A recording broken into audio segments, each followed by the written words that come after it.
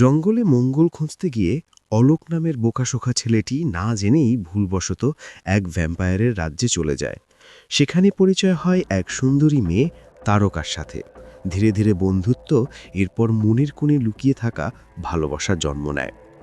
মেয়েটির জন্য জঙ্গলের বিপদকে কাটিয়ে অলোক তারকাকে নিয়ে ফিরে আসে নিজের শহরে, যেখানে মজা মস্তি আর ফুর্তিতে ভালোই দিন যাচ্ছিল তাদের। তবে আমাদের রোমিও তো জানতো না মনির কোণে লুকিয়ে রাখা ভালোবাসার মানুষটি আসলে একজন ভ্যাম্পায়ার ছিল। যখন এই সত্যিটা সামনে আসলো, ছেলেটির তো মাথায় হাত পড়ে গেল। এখন কি হবে আমাদের রোমিওর? সে কি ভ্যাম্পায়ারের সাথে ভালোবাসার পূর্ণতা দেবে, নাকি দেবদাস হয়ে সারা জীবন ঘুরে বেড়াবে?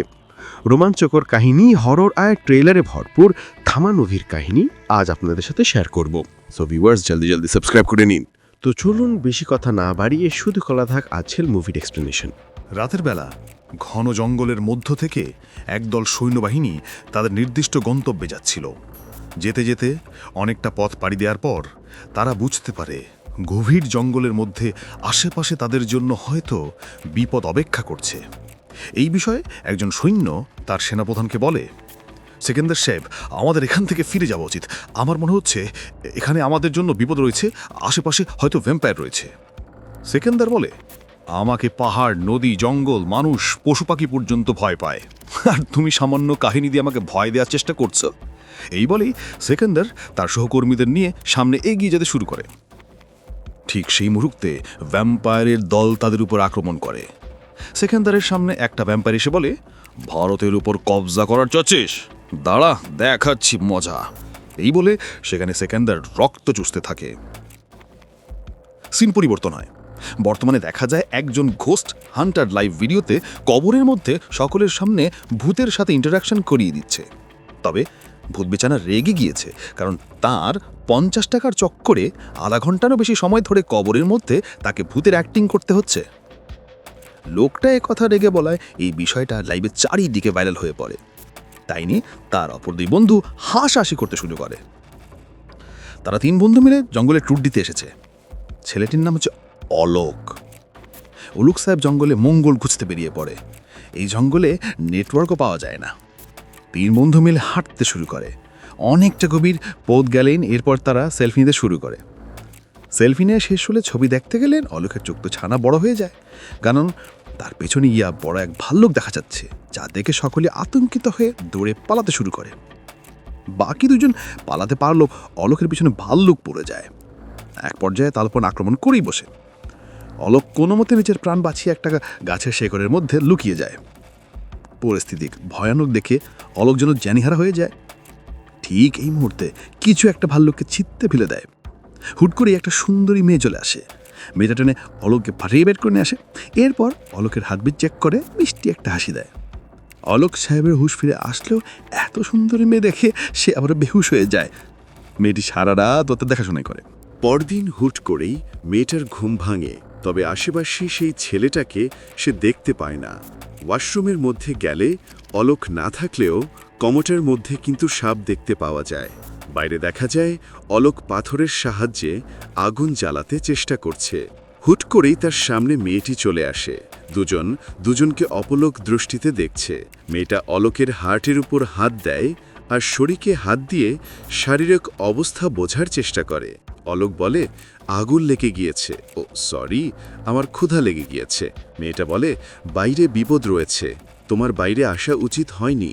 অলোক বলে, ভেতরে যে কমোটের মধ্যে সাপ রয়েছে, যদি এখানে সেখানে কেটে ফেলতো তাহলে তো আমার শরীর বিষাক্ত হয়ে যেত আর আমি মারা যেতাম। আমাকে বাঁচানোর জন্য তোমাকে ধন্যবাদ। আমার বন্ধুরা এতটাই নিকম্মা, আমাকে খুঁজতে তোরা আসবে না, আর আব্বু আম্মুর সাথেও কন্ট্যাক্ট করতে পারছি না। মেয়েটা বলে, তুমি আগে সুস্থ হও, আমি নিজ দায়িত্বে তোমাকে তোমার বাড়িতে দিয়ে আসব। তাহলে আর কি চাই? আচ্ছা, তোমার নাম কি? মেয়েটা বলে, আমার নাম তারকা। তারা একে অন্যের সাথে পরিচিত হয়। আপাতত জঙ্গলের মধ্যে পড়ে থাকা পুরনো এই ভাঙা প্লেনের মধ্যেই তারা অবস্থান করবে। রাত হয়ে যায়। জঙ্গলের মধ্যে একটা পশুকে টেনে হিঁচড়ে কোনো এক ব্যক্তি নির্মমভাবে মেরে ফেলেছে। কিছু দূর গেলে দেখা যায় অদৃশ্য মায়ের আড়ালে একটা ভিন্ন শহর লুকিয়ে আছে জঙ্গলের মধ্যে। এই জাতি পুরোই ভিন্ন জাতি। তারা তাদের রাজার কাছে একটা বিশাল ভাল্লুককে সমর্পণ করে। তবে তাদের রাজা সেই ভাল্লুকটি ছুঁড়ে ফেলে দিয়ে বলে, আমার জানোয়া চাই না, আমার মানুষ চাই, আমার জন্য মানুষের ব্যবস্থা করো। পরদিন দেখা যায় প্লেনের মধ্যে একটা ক্যাসেট রিপেয়ার করে তারকার কানে ইয়ারফোন লাগিয়ে দিয়ে গান বাজিয়ে দিয়েছে আমাদের অলোক। আমাদের রোমিও সাহেব নাচতে শুরু করে। এক পর্যায়ে ইশারায় বুঝায় তার খুব ক্ষুধা লেগেছে। আমাদের তারকা আকর্ষণীয় ভাব দেখিয়ে সুন্দর করে একটা খরগোশ তার কাছে সমর্পণ করে খাবারের জন্য। তবে অলোক তো এসব কিছুই খাবে না, তাই ইশারায় এসব খাওয়ার জন্য মানা করে পাশে থাকা গাছেই ফল পেড়ে খাওয়া শুরু করে অলোক। বিষয়টা বুঝতে পেরে তারকা কয়েক মিনিটের মধ্যেই জঙ্গলের মধ্যে থেকে তার জন্য কয়েক প্রকার ফল নিয়ে আসে। এভাবেই রোম্যান্টিকতায় তাদের সারা দিন চলতে শুরু করে। রাতের বেলা তারকা এক হাঁচিতেই প্লেনের জানালার গ্লাস পর্যন্ত ভেঙে যায়। যদিও এই বিষয়টা অলোক খুব একটা সিরিয়াসলি নেয় না। তারকা জিজ্ঞাসা করে, তুমি এই ঘন জঙ্গলের মধ্যে কি করছো? অলোক বলে, ঘুরতে এসেছিলাম, আসলে আমি গাধা, তো তাই পথ হারিয়ে ফেলেছি। তারকা বলে, তুমি গাধা? তোমাকে দেখলে তো মনে হয় তুমি মানুষ। অলোক বলে, আরে মানুষের আড়ালে গাধা, যেমন তুমিও মানুষ ঠিক তেমনি আমিও মানুষ। তারকা বলে, আমি তো মানুষ নয়, তুমি মানুষ। অলোক বলে, ও সরি, তুমি মানুষ হবে কেন? তুমি তো অসম্ভব সুন্দরী, অ্যান্ট্রন পড়ি। এই বলে আমাদের অলোক সাহেব ইমোশনাল হয়ে তারকাকে কিস করতে চায়। তবে তখন তারকার আসল রূপ বেরিয়ে আসে। সে তার ধারালো দাঁত দিয়ে অলোকের ঘাড় মটকে দেওয়ার চিন্তা ভাবনা করে। পরক্ষণেই তারকা আশেপাশে কোনো আওয়াজ টেপে না সেই স্থান থেকে চলে যায়। অলোক চোখ খুলে কোথাও তারকাকে না দেখতে পেয়ে টর্চ লাইট নিয়ে বাইরে বেরিয়ে তাকে খুঁজতে শুরু করে। হুট করেই একদল ভ্যাম্পায়ার অলোকের উপর আক্রমণ করতে যায়। এই মুহূর্তে তাদের সামনে তারকা চলে আসে। ভ্যাম্পায়ারের সৈনিক বলে, ইয়াকশান অনেকদিন ধরেই ক্ষুধার্ত, তার এখন মানুষ লাগবে, তাই আমাদের একে চাই। তারকা বলে, ইয়াকশানের হাতে তুলে দেব কিনা সেটা আমার একান্ত বিষয়, তোমাদের এটা দেখার বিষয় না। এই সময় অলোকের কাছে একজন ছেলে গিয়ে তাকে সজোর একটা ছড় লাগায়। সে জ্ঞানহারা হয়ে পড়ে যায়। ততক্ষণেই অলোকের জ্ঞান ফিরলে সামনে তারকাকে দেখতে পায়। আশেপাশে তাকালে সেই সম্প্রদায়কে দেখা যায়। ভ্যাম্পায়ারের সৈনিক বলে, তারকা আমাদের নিয়ম ভঙ্গ করেছে, ও এখানে মানুষ নিয়ে এসেছে। তারকা বলে, ও না বুঝে এখানে প্রবেশ করে ফেলেছে, ওকে এখান থেকে যেতে দাও, ও এখানকার সম্পর্কে কিছুই দেখেনি, আর এ ব্যাপারে ও কিছুই জানে না। এদিকে একটা চরের কারণে অলোকের কান দম মেরে আছে। আশেপাশে কি কোরআনের কথা হচ্ছে সে কিছুই বুঝতে পারে না। অলোক পিছনে ঘুরে সকলকে বলে, hi, I Alok, Azad news আর পত্রিকার সাংবাদিক। পাশ থেকে একজন বলে, একে জীবন্ত জ্বালিয়ে দাও। অলোক বলে, ওরা কি আমার সাথে মিলিত হতে চাচ্ছে? তারকা তাকে চুপ করতে বলে, ইশারে বিষয়টা বুঝিয়ে দেয়। অলোকের তো হাওয়া টাইট হয়ে যায়, এমনি তো কানে শুনতে পাচ্ছে না, তার ওপর এই সম্প্রদায়ের কথা শুনে অলোক উল্টাপাল্টা মন্তব্য করতে শুরু করে। তারকা বলে, একে ছেড়ে দিন, আমি ওর জিম্মাদারি নিচ্ছি। তবে তাকে বন্দি করার আদেশ দেওয়া হয়। অলোক কি শুনেছে কে জানে, সে এই সিদ্ধান্তের জন্য সকলকে ধন্যবাদ জানায়। কয়েকজন সৈনিক এসে তাকে উঠে নিয়ে চলে যায়। অলোক চিৎকার করে বলে, আপনারা জানেন আমি কার ছেলে? আমার বাবা, আমি আমার বাবার একমাত্র ছেলে। সে যদি এসব জানতে পারে আপনাদের কাউকে ছাড়বে না। সকলে মিলে সেই গুহায় নিয়ে অলোককে ফেলে দেয়। অলোক চারিপাশে ঘুরতে থাকে। হুট করেই শিকলে বাঁধা একজন ব্যক্তিকে দেখতে পায়। লোকটি অলোককে ভয় দেখাতে শুরু করে। এরপর হেসে বলে, রিল্যাক্স ম্যান, এত ভয় পাওয়ার তো কিছু নেই। অলোক বলে, না না, ভয় পাবো কেন? আপনি ইংলিশ জানেন? লোকটি বলে, আরে এত ইংরেজদের রক্ত চুষেছে, একটু মাপতো ইংলিশ তো মুখস্থ হয়েই গিয়েছে। তুমি আমার কাছে আসো, আমি তোমার রক্ত চুষে তোমাকে আমি মুক্তি দিই। এই বলে লোকটি অলোককে আক্রমণ করতে যাবে। ঠিক এই মুহূর্তে তারাকে এসে অলোককে সেই গুহার মধ্য থেকে বের করে নিয়ে আসে। এরপর ঘন জঙ্গলের মধ্য থেকে তারা পালিয়ে যেতে শুরু করে। ধাওয়া পাল্টা ধাওয়া চলতে শুরু করে। এক পর্যায়ে অলোক আর তারাকে একটি স্থানে লুকিয়ে পড়ে। অলোক বলে, এত চিন্তা করছো কেন? এত ঘন জঙ্গলের মধ্যে ওরা তো আমাদের খুঁজেই পাবে না। তারাকা বলে, ওরা ঘ্রাণেই টের পেয়ে যাবে। এই বলে অলোককে জড়িয়ে ধরে বলে, এখন আর টের পাবে না। কিছুক্ষণ পর গুন্ডারা সেই স্থান থেকে খোঁজাখুঁজি করে চলে যায়। তারাকা অলোককে নিয়ে সেই স্থান থেকে বেরিয়ে আসে। এরপর ছুটতে ছুটতে তাদের বর্ডার লাইনের কাছে চলে আসে। বিশাল উঁচু পাহাড়। অলোককে লাফ দিয়ে নিচে নেমে যেতে বলা হয়। অলোক বলে, এত উপর থেকে তো কখনো আমি পাথরও ফেলিনি, আর তুমি আমাকে লাফ দিতে বলছো? আর আমি এখান থেকে একা লাফ দিয়ে কী করব? তুমি আমার সাথে চলো, তা না হলে তারা তোমাকে সেই গুহায় আমার মতো আটকে ফেলবে। তারাকা বলে, আমার এই এরিয়ার বাইরে যাওয়া মানা আছে, দ্রুত পালিয়ে যাও, তুমিও মরবে আর আমাকেও মারবে। অলোক বলে, দেখো, একসাথে মরতে আমার কোনো আপত্তি নেই, কিন্তু মরার আগে কিছুক্ষণ সময় কাটানোর সুযোগ তো করে দাও এই বলে হাত বাড়িয়ে দেয়। তার আগে তাকে সাথে নিয়ে সুবিশাল পাহাড় থেকে লাফ দিয়ে নিচে রানিং গাড়ির ওপর পড়ে যায়। অলোক বলে, আচ্ছা তোমার ভয় লাগে না? দুজনই এমন দুঃসাহসিক অ্যাডভেঞ্চারে মুচকি হেসে ওঠে। অনেকটা দূর যাবার পর অলোক কোনো একজন মহিলার ব্যাগ চুরি করে নেয়। ব্যাগে থাকা স্ট্রেট ড্রেস আপ তারাকা পাল্টে নেয়। এরপর ট্রাক থেকে নেমে অলোক একটা গাড়িতে ওঠে। তারাকা গাড়িতে উঠেই কি যেন মনে করে আবারও নিচে নেমে যায়। সে মূলত গাড়ির ভিতরে জার্নি করতে চাচ্ছে না, তাই তারা দুজনে ছাদে উঠেও আনা শুরু করে। এদিকে অলোকের বাবার বাড়িতে অলোকের শেষ সেলফি ছবি দিয়েই তার আত্মার মাগফিরত কামনা করছে। পুরো বাড়িতে মৃত্যুর শোক ছড়িয়ে গিয়েছে। ঠাকুর মশাই বলে, অলোক সাহেব স্বর্গের রাস্তায় পৌঁছে গিয়েছেন, এই বলেই হাত বাড়িয়ে। মা বলে, আপনার এত লোক আছে তোক্ষা দেওয়ার জন্যে, তাহলে আমার ছেলেকে ফিরিয়ে দিতে বলুন না। ঠিক এই মুহূর্তে অলোক তার মাকে ডেকে ওঠে। পুরো পরিবেশটাই অলোককে দেখে পাল্টে যায়। মা খুশিতে আত্মহারা, তবে বাবার সন্দেহ এটা তার সন্তান হতেই পারে না। হতে পারে এ কোনো বহুরূপী যে পরবর্তীতে আমাদের কোনো সুবিধা ভোগ করতে পারে। মা যদিও তার স্বামীর কথা কোনো পাত্তাই দেয় না, কারণ তার স্বামীর আবার খুব ভালো রেকর্ড রয়েছে, সে নিজে জানে। ছেলে বলে, কোনো সমস্যা নেই মা, বাবার সন্দেহ হচ্ছে তাহলে চেক করতে দাও, মাত্র 2 মিনিটেরও তো ব্যাপার। শুরু হয়ে যায় বাবার জিজ্ঞাসাবাদ। অনেক প্রশ্নের উত্তর দেওয়ার পর শরীরে থাকা লুকানো অঙ্গের একটা তিলও দেখানো হয়। বাবার মনে এরপরেও সন্দেহ থাকলে ছেলে বলে, তাহলে আপনার SMS-এর স্ক্রিনশটগুলো আমি আম্মুকে দেখাই। বাবা এবার কনফার্ম হয়ে যায় এটাই তার সন্তান। ছেলের ওপর থেকে সন্দেহ তীর সরে যাওয়ার পর তারাকাকে দেখে তার সন্দেহ তীর আবারও জাগ্রত হতে শুরু করে। সকলের সাথে তারাকার পরিচয় হয়। বাবার নাম শুনেই বলে, এ তো রাক্ষসের নাম মনে হচ্ছে। ছেলে কথা ঘুরিয়ে বলে, ও আমার জীবন বাঁচিয়েছে, আমার ওপর একটা বড় ভাল্লুক অ্যাটাক করেছিল, ও আমাকে বাঁচিয়েছে, আর এই 3 দিন ও আমার খেয়াল রেখেছে। মা খুশিতে তারাকার গলা জড়িয়ে ধরে। বাবার প্রশ্ন, ও এখানে কেন? অলোক কি বলবে বুঝতে পারছি না। পরে যদিও বলে, আসলে পাহাড়ে ওদের শাকুমা আর মামা একজন বুড়ো লোকের সাথে ওকে জোর করে বিয়ে দিতে চাচ্ছে, আর আমিও সেই বিয়ে হতে দেইনি। মা বলে, খুব ভালো করেছিস, আজ থেকেও এখানেই থাকবে, কারণ ও আমার সন্তানের জীবন বাঁচিয়েছে। বাবা বলে, বাবা 8 বছর আগে তো তোমার অ্যাক্সিডেন্ট হয়েছিল, একজন ডাক্তার তোমার প্রাণ বাঁচিয়েছিল, তাহলে তাকেও কি আমরা এখানে রেখেছিলাম? মা বলে, ওসব কথা এখন চলবে না, ও এখন থেকে এখানেই থাকবে, এটা আমার ফুল অ্যান্ড ফাইনাল কথা। রাতের বেলা বাবা ভূতনেস দেখছিল আর তারাকার উপর সন্দেহ তীর বাড়াচ্ছিল। খাবার সময় হয়ে গিয়েছে, সকলেই খাবার টেবিলে বসে আছে। মা জিজ্ঞাসা করে, তুমি কি খেতে পছন্দ করো? তারাকা বলে, বড় সিংহ। এ কথা শুনে সকলের চোখ তো ছানা বড় হয়ে যায়। সামাল দেওয়ার জন্যে অলোক বলে, আসলে পাহাড়ি গ্রামে তো ওদের ওখানে সিংহ ছাড়া আর কিছুই পাওয়া যায় না। মা বলে, তোর ঘরে কে কে আছে? ছেলে বলে, ওর তো বাবা মা ছোটবেলায় মারা গিয়েছে। বাবা বলে, বাবা মা যদি ছোটবেলায় মারা যায় তাহলে সৎ মা আসলো কোথা থেকে? ছেলে বলে, ও আরে সে তো মা নয়, সে তো একটা ডাইনি। এত প্রশ্নের গোলক ধাঁধায় তারাকা একটা হাঁচি দেয়, সাথে সাথেই বাবার হাতে থাকা গ্লাসটা ভেঙে যায়। বুঝতেই পারছেন বাবার সন্দেহ কোথার থেকে কোথায় গড়িয়েছে। তারাকার অলোক খাবার টেবিল থেকে চলে যায়। বাবা বলে, ও একটা মায়াবী মেয়ে, দেখবে হাই বলে ঘরে ঢুকে আই লাভ ইউ বলে জায়গা জমে উসুল করে দিয়ে পালিয়ে যাবে। মা বলে, আমিও জানতাম, প্রতিদিন ক্রাইম রেটেল দেখলে তো এমনটাই হবে। কিছুক্ষণ পরে অলোক তারাকাকে বলে, আসলে নামটা শহরের জন্য একটু কেমন, তাই তুমি সবার কাছে তোমার নাম তারিকা বলবে। তারিকা অর্থ তারা। এই সময় তারা দুজনে বেশ কিছুক্ষণ গল্প করে।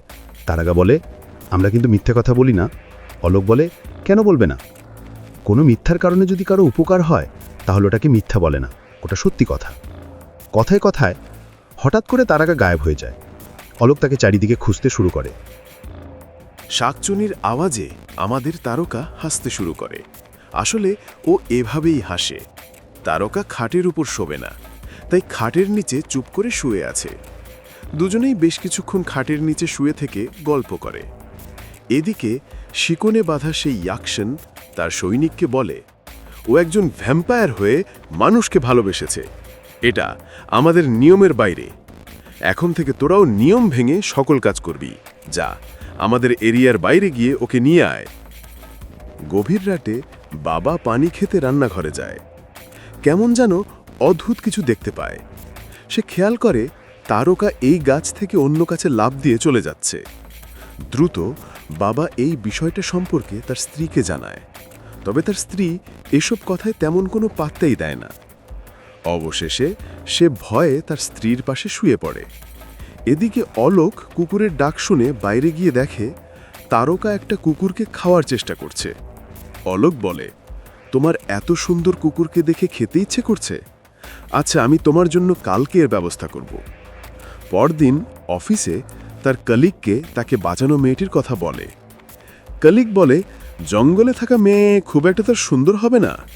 তবে অলোক তাকে চুপ করতে বলে ভালোবাসার অনুভব করে সেই স্থান থেকে চলে যায়। সেদিন রাতেই ফিটফাট হয়ে খুব বড় একটা হোটেলে তারকাকে নিয়ে আসে, যেখানে সেই মেয়ে খেলার ভাইরাল আইটেম গানটা দেখানো হয়। বুঝলে বুঝু পাতা, না হলে কেঁচো পাতা। যাই হোক, অনুষ্ঠানে তারা খুব মজা ফুর্তি করে। এর মধ্যে লাল পানি খেয়ে তালমাতাল হয়ে যায়। তারা বাড়ি ফিরতে শুরু করে, তবে কিছু কুন্দুরা তাদের পিছু করতে শুরু করেছে।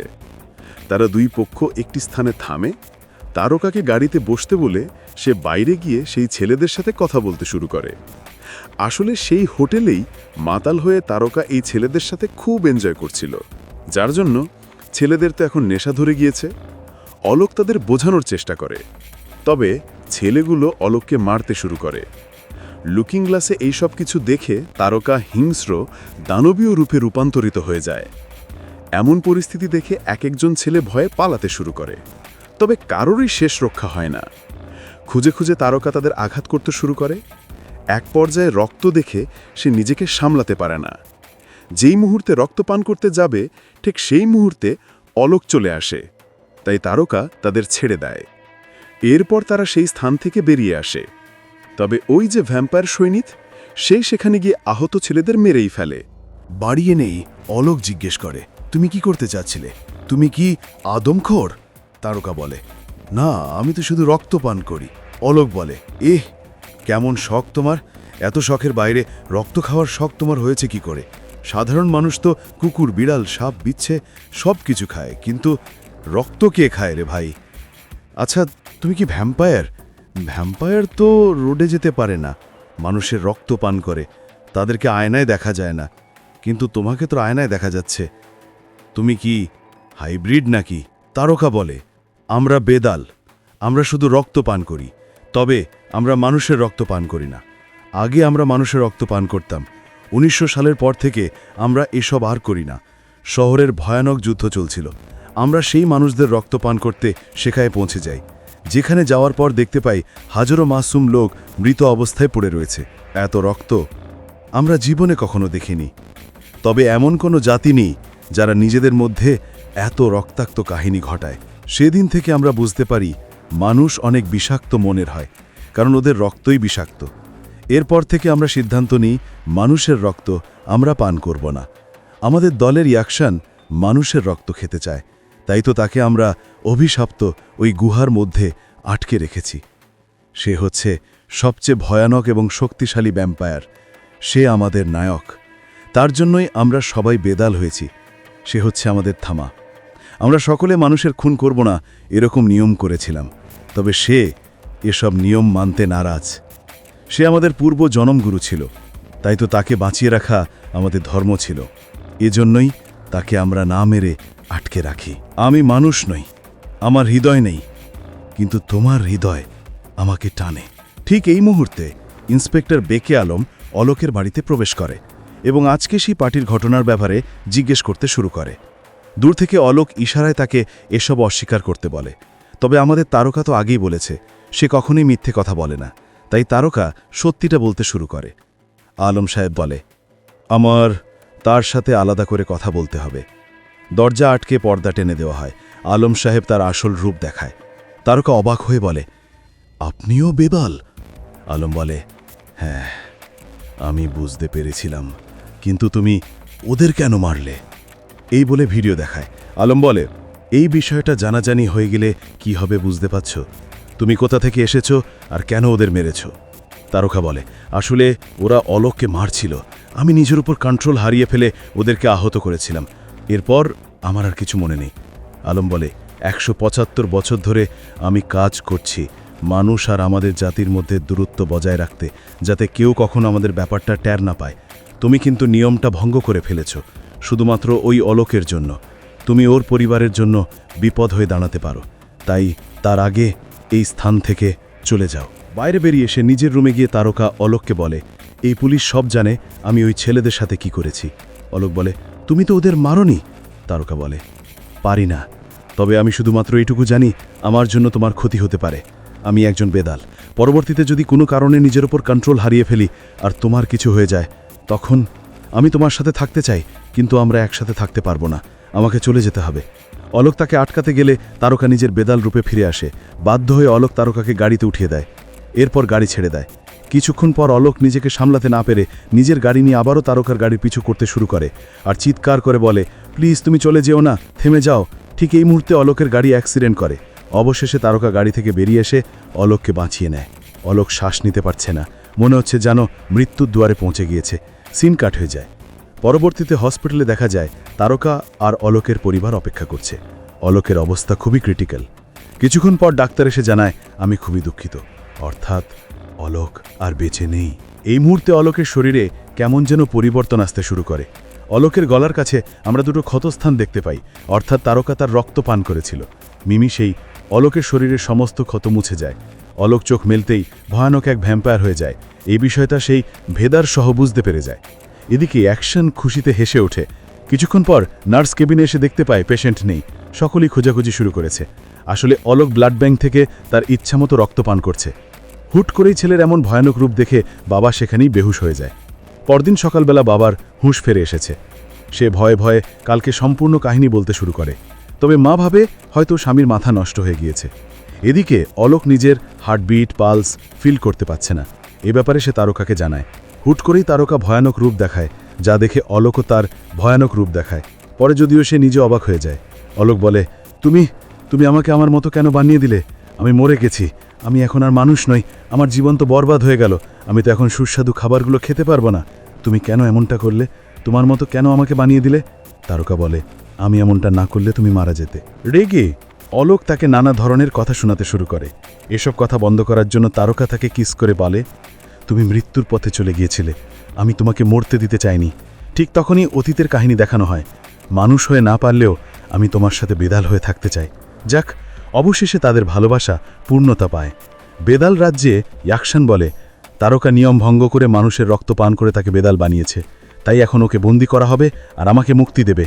রাজার রাজা ফিরে এসেছে, তাড়াতাড়ি আমার গোসলে ব্যবস্থা করা, আমি সিংহাসনে বসব। রাতের বেলা অলোক বলে, আচ্ছা, এ ভেদাল গ্রুপ কেন মানুষের রক্ত মেরে খায়? তারকা বলে, আমরা মানুষকে মারার জন্য জন্ম হইনি, আমরা মানুষকে জীবিত করার জন্য জন্ম হয়েছি। মহা ঔষুরের রক্তবীজকে শিবের কাছ থেকে একটা বড় দান দিয়েছিল। ওনার রক্তকে প্রতি ফোঁটা থেকে একটা নতুন রক্তবীজের জন্ম হতো। যখন সকল দেবতা মৃত্যুবরণ করে তখন দেবীর সাথে রক্তবীজের যুদ্ধ শুরু হয়। তবে আঘাতের ফলে প্রতি ফোঁটায় একটা নতুন রক্তবীজের জন্ম হতো, যার জন্য তার দিন দিন অপকর্ম বেড়েই চলেছিল। ঠিক এই কারণেই দেবী রক্তবীজদের মারতে বেদাল লক তৈরি করেছিল। বেদাল গ্রুপ রক্ত চুষার ফলে রক্তবীজের আর জন্ম হয়নি, দেবী মা সহজেই তাতে মেরে ফেলেছিলেন।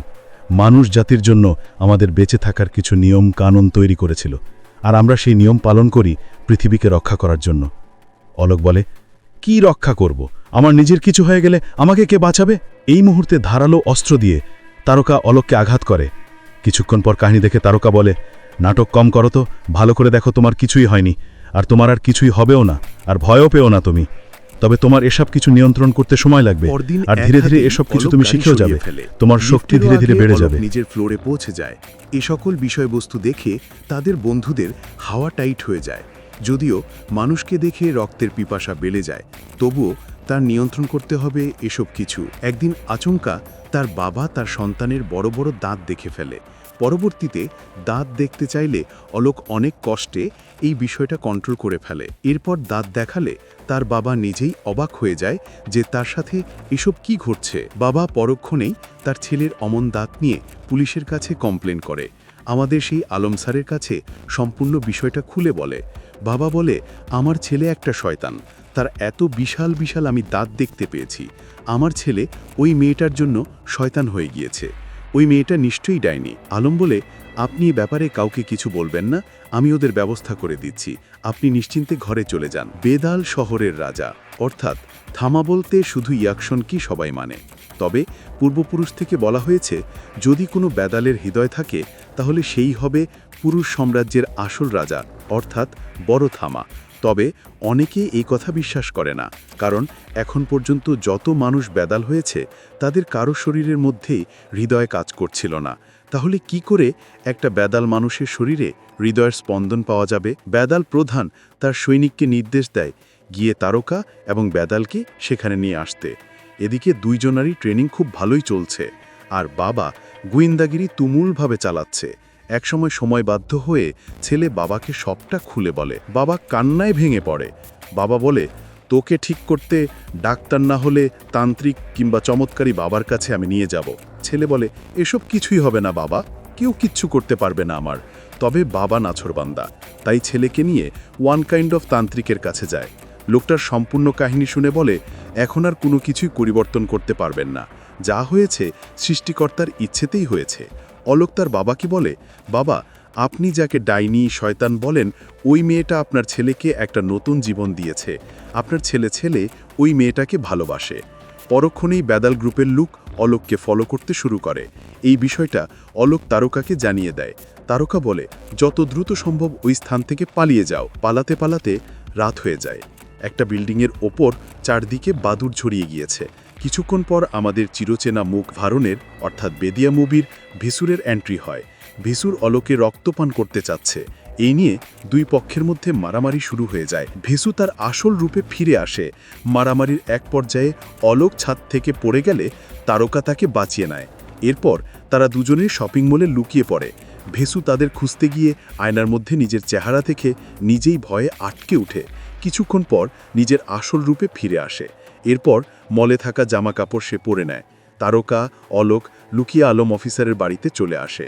যে যার পরিচয় বুঝে ফেলে এবং কিছুক্ষণ আগে ঘটে যাওয়া সকল কাহিনী আলমকে খুলে বলতে শুরু করে। আলম বলে, বেদাল লোকেদের এক ফোঁটা রক্তপান করলেই রেদিয়া 10 গুণ শক্তিশালী হয়ে যায়। তাই ও এখন অলোককে পাগলের মতো খুঁজে বেড়াচ্ছে। এখন আমি আর আমার সাথীরা মিলে তোমার প্রোটেকশন দেব। প্রোটেকশন দিতে গিয়ে আবার নোরা ফাতেহির গান শুরু হয়ে যায়।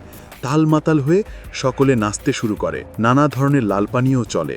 পার্টি করতে করতে এক পর্যায়ে ভোর হয়ে যায়। সকালবেলা অলোকের হুঁশ ফিরে আসে। উঠে দেখতে পায় আশেপাশে কোথাও তারকা নেই।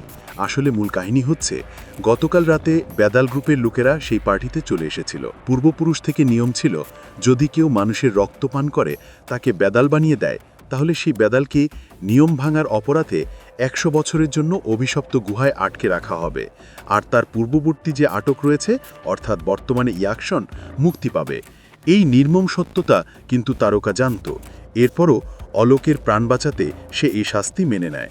আপাতত অলোককে এই স্থান থেকে চলে যেতে দেওয়া যাবে না, কারণ বেদিয়া তাকে খুঁজে বেড়াচ্ছে। তারকা শেষবারের মতো অলোককে একবার ভালোবাসার আলিঙ্গন করে সেই স্থান থেকে চলে যায়। আলম সাহেব বলে, তুমি এই শহরেই থাকবে, তারকাকে তুমি ভুলে যাও, এখন বাড়ি ফিরে যাও। আমি যতক্ষণ না বলি ততক্ষণ বাড়ি থেকে বেরোবে না, কারণ বেদিয়া খুব ভয়ঙ্কর। অলোক বাড়ি ফিরে যায়। ছেলেকে একা বাড়ি ফিরতে দেখে বাবা তার কার কথা জিজ্ঞেস করে। ছেলে বলে, ও যেখানে ছিল সেখানেই চলে গিয়েছে, আর আমি সেই স্থানে যেতে পারবো না বাবা, কারণ আমাদের নিয়ম ভাঙা যাবে না। বাবা বলে, আমি জানি তোর হৃদয় নেই, কিন্তু তারকার জন্য এখনও ভালোবাসা আছে তোর মনে। আর কি সেই নিয়ম? তারকা তোর জন্য নিয়ম ভেঙেছে না? তাহলে ওকে পাওয়ার জন্য তুই সকল নিয়ম ভেঙে দে। যা, তুই তোর মৃত্যুর পরের জীবন চালিয়ে যা। অলোক সেই রাজ্যে চলে যায়। দূর থেকে ফলো করে বেদালের লোকেরা। একটি স্থানে হাত দিলেই দরজা খুলে যায়। রূপী চলে যাবার পর অলোক সেই স্থানে গিয়ে চেষ্টা করে, আর অলোকের হাতে স্পর্শ লেগেই বেদাল রাজ্যের দরজা খুলে যায়। অলোক সেই রাজ্যে প্রবেশ করে। আজ ইয়াকশনের মুক্তির আনন্দ উৎসব চলছে, আর তারকাকে বন্দি করা হবে। ইয়াকশন মহা খুশি। 75 বছর পর আজ তার মুক্তি হতে যাচ্ছে, আর তার রাজ্য অভিষেক হবে। এখন থেকে সে যা বলবে তাই শুনতে হবে সকলের। তার প্রথম কথা হচ্ছে, মানুষের রক্তপান করতে হবে, তাহলে তারা বেদাল হবে আর আমাদের সৈন্য বাড়তে থাকবে। ইয়াকশনের হাতের লকআপ খুলে দেওয়া হয়। ইয়াকশন তারকার কাছে গিয়ে বলে, ধন্যবাদ তোমাকে। যখন তুমি প্রথমবার ওই ছেলেকে নিয়ে পালিয়েছিলে, তখন আমি বুঝতে পেরেছিলাম তুমি সেই মেয়ে যার জন্য আমি মুক্তি পাব। তুমিও ছাড়া পাবে। যদি ও তোমার মতো উদার মনের মানুষ হয়, তবে সে হবে কিনা তা আমি বলতে পারি না। এই মুহূর্তে অলোক সকলের সামনে দেখা দেয় আর বলে, আমি তোমার জন্য এসেছি। 100 বছরের জন্য তুমি জেলে যাবে, সেটা এখানে আসার আগে আমাকে একবার জানানোর প্রয়োজন মনে করনি। তারকা বলে, তুমি এখান থেকে চলে যাও, আমি নিয়ম ভেঙেছি, আমাকে জেলে যেতেই হবে। অলোক ইয়াকসুনকে বলে, স্যার, আমি আপনার সাথে ঝগড়া করতে আসিনি। 100 বছর বেশি হয়ে যায়, 1-2 সপ্তাহ না হয় ওকে জেলে রাখুন। আচ্ছা ঠিক আছে, আপনারও না আমারও না, 1 মাস ঠিক করেন। বেদাল বাহিনী অলোকের উপর আক্রমণ শুরু করে দেয়। দুই পক্ষের তুমুল মারামারি শুরু হয়ে যায়। মজার বিষয় হচ্ছে, অলোকের সাথে কেউ বেড়ে উঠছে না। এইসব দেখে ইয়াকসন ভয়ঙ্কর রূপে রূপান্তরিত হয়। অলোক দ্রুত তারকার হাতের বাঁধন খুলতে চেষ্টা করে। তারকা বলে, এটা কেউ খুলতে পারবে না, তুমি এখান থেকে চলে যাও। অলোক বলে, তোমার ভালোবাসা আমাকে দ্বিতীয় জন্ম দিয়েছে, আজ আমাদের ভালোবাসা কেউ আটকাতে পারবে না। তারকা বলে, ইয়াকসন অনেক শক্তিশালী, সে তোমাকেও মেরে ফেলবে, আমার কথা শোনো, তুমি চলে যাও। তারকার মুখ বন্ধ করতে অলোক তার ভালোবাসার অনুভূতি ছড়িয়ে দেয়। রোমান্স শেষে জিজ্ঞেস করে, তুমি আমাকে ছাড়া বাঁচতে পারবে তো? বলো। তারকা বলে, 1 মুহূর্তের জন্যও না। এদিকে 75 বছর ধরে কোনো রোমান্স না দেখতে পেয়ে আমাদের ইয়াকসন তালগাছের মাথায় বসে এসব ভালোবাসার অনুভূতি সচক্ষে দেখতে থাকে। যাই হোক, দুই পক্ষের মারামারি শুরু হয়ে যায়। অন্যদিকে বেতাল প্রধান মন্ত্র করতে শুরু করেছে। সাথে সাথেই তারকার হাতের শিকল খুলে যায়, ইয়াকসন তারকার উপর আক্রমণ করে। এই বিষয়টা দেখে ইয়াকসনের উপর অলোক আক্রমণ করে দেয়। টোটাল 3 জনের খুব দমদার একটা মারামারি হয়। তবে শেষমেশ ইয়াকসন অলোকের রক্ত পান করে, অলোক নিষ্প্রাণ হয়ে যায়। তারকা এসে অলোককে তার পায়ের উপর শুইয়ে ডেকে চিৎকার করে ওঠে। এই চিৎকারের আওয়াজে সেই মুহূর্তে অলোকের কিছু শক্তি দেবীর মূর্তির হাত থেকে বেরিয়ে এসে অলোকের শরীরে প্রবেশ করে। অলোক যেন একটা নতুন জীবন ফিরে পায়। সেখানে থাকা মূর্তি দুটির চোখ লাল হয়ে যায়। অলোক উঠে দাঁড়ায়, তার হৃদয়ের স্পন্দন সকলেই শুনতে পাচ্ছে, সকলেই বুঝতে পারে এটা তাদের আসল এবং সর্বশক্তিশালী রাজা। আবারও দুজনের মধ্যে মারামারি শুরু হয়ে যায়। একসময় অলোক ইয়াকসনকে কাবু করে ফেলে, এরপর তার রক্ত চুষতে চায়। তবে এই মুহূর্তে তারকা তাকে থামিয়ে বলে, অলোক, তুমি ওর মতো নাও। অলোক, তোমার হৃদয়ে ভালোবাসা আছে, তুমি অন্তত আমার জন্য এসব করো না। অলোক নিমিষেই ইয়াকসনকে ছুঁড়ে ফেলে দেয়। ইয়াকসনকে বন্দী করা হয়। অলোকের রাগ এখনও কমছে না। তারকা তার কাছে যায় এবং হার্টের উপর হাত রাখে। নিমিষেই অলোক শান্ত হয়ে যায়। নতুন রাজার অভিষেক হয়। অলোক বলে, এই চমৎকার শুধু শুধু হয়নি, এর পেছনে নিশ্চয়ই কোনো কারণ রয়েছে। আজ থেকে আমাদের নতুন যুদ্ধ শুরু হবে, তোমরা তৈরি আছো তো? সকল সৈন্য সদস্য রাজার কথায় সায় জানায়। এদিকে গুহার মধ্যে দেখা যায় একটা আগুনের দানব এসেছে ইয়াকসনের কাছে। পরদিন সকালবেলায় সকলেই এই বিষয়টা খেয়াল করে। যেহেতু সে পালিয়ে গিয়েছে, তার মানে সাধারণ মানুষের রক্ত খাবে সে। কাল শক্তিকে সে একত্রিত করবে, তাদের বিশাল একটা সৈন্যদল হবে, ও মানুষের রক্ত খেলে আরও শক্তিশালী হবে। তাই ওকে শেষ করার জন্য তোমাকে আরও শক্তিশালী হতে হবে। ভেদিয়ার রক্ত খেয়েই তুমি শক্তিশালী হতে পারবে। এদিকে ততক্ষণে ভেদাল রাজ্য ভেদিয়াও প্রবেশ করে ফেলেছে। মুভির কাহিনী এখানেই শেষ হয়ে যায়। হয়তোবা পরবর্তী পার্ট আসবে। সো ভিউয়ার্স, ভিডিওটি কেমন লাগলো?